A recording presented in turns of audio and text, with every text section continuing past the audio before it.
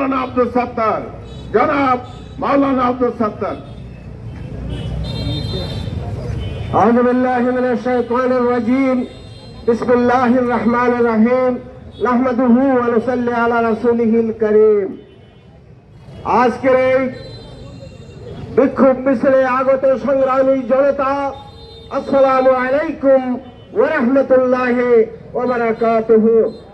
আজকে সারা বিশ্ব ক্ষেপে উঠেছে, সারা বিশ্ব জাগ্রত হয়েছে, সারা বিশ্ব আজ ইহুদিদের বিরুদ্ধে বিক্ষোভ করছে। শুধু বাংলাদেশেই নয়, সারা বিশ্ব এই বিক্ষোভের শরীক হয়েছে এবং ফিলিস্তিনিদের পাশে ঐক্যমত পোষণ করেছে। সম্মানিত ভাইরা আমার, আমি তথা কথিত এই জাতিসংঘের বিরুদ্ধে যে বক্তব্য রাখতে চাই তা হলো যে মুসলমানদের 57টি দেশ আছে, তারা মিলেই একটি মুসলিম জাতিসংঘ গড়ে তুলতে হবে। জাতিসংঘকে পরিহার করতে হবে। এই জাতিসংঘের বিরুদ্ধে আরো বিক্ষুব্ধ হতে হবে। মুসলমানদের ঐক্যবদ্ধ হয়ে 57টি মুসলিম দেশ মিলে একটা আলাদা মুসলিম জাতিসংঘ গড়ে তুলতে হবে, যারা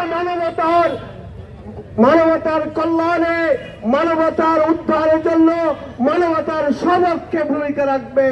সম্মানিত ভাইরা আমার, আমরা রব্বুল আলামিনের বান্দা হিসেবে, খলিফা হিসেবে রব্বুল আলামিনের নির্দেশ, ওমা লাকুম লা তুকাতিলুনা ফি সাবিলিল্লাহ ওয়াল মুস্তাদাফিন মিনার রিজাল ওয়ান নিসাই ওয়াল বালদান আল্লাযীনা ইয়াকুলুনা রাব্বানা আখরিজনা মিন হাযিহিল কারিয়াতি যালিমা হালওয়া। সম্মানিত ভাইরা আমার, রব্বুল আলামিন অত্যন্ত বলিষ্ঠতা বলছেন, ওমা লাকুম, তোমাদের হয়েছে নাকি তোমরা আল্লাহর পথে সংগ্রাম করবে না? অসহায় মজলুম মানবতার মুক্তির জন্য তোমরা কাজ করবে না, সংগ্রাম করবে না, তোমাদের হলোটা কি? কাজেই রব্বুল আলামিনের এই আহ্বানে সারা বিশ্বের মুসলমানকে জাগ্রত হতে হবে, ঐক্যবদ্ধ হতে হবে এবং এই ইহুদিদের বিরুদ্ধে, তার পৃষ্ঠপোষক আমেরিকার বিরুদ্ধে আমাদের সংগ্রাম অব্যাহত রাখতে হবে। সম্মানিত ভাইরা আমার, অর্থনৈতিক দিক থেকে এই ইহুদিদেরকে পর্যদস্ত করার জন্য তাদের উৎপাদিত সমস্ত পণ্য বর্জন করার বলিষ্ঠ আহ্বান আমি জানাচ্ছি। সংগ্রামী ছাত্র জনতা, আজকের এই বিক্ষোভ মিছিলে আপনাদের সমবেত হওয়ার জন্য সংগ্রাম জানাচ্ছি, সংগ্রামী অভিনন্দন জানাচ্ছি।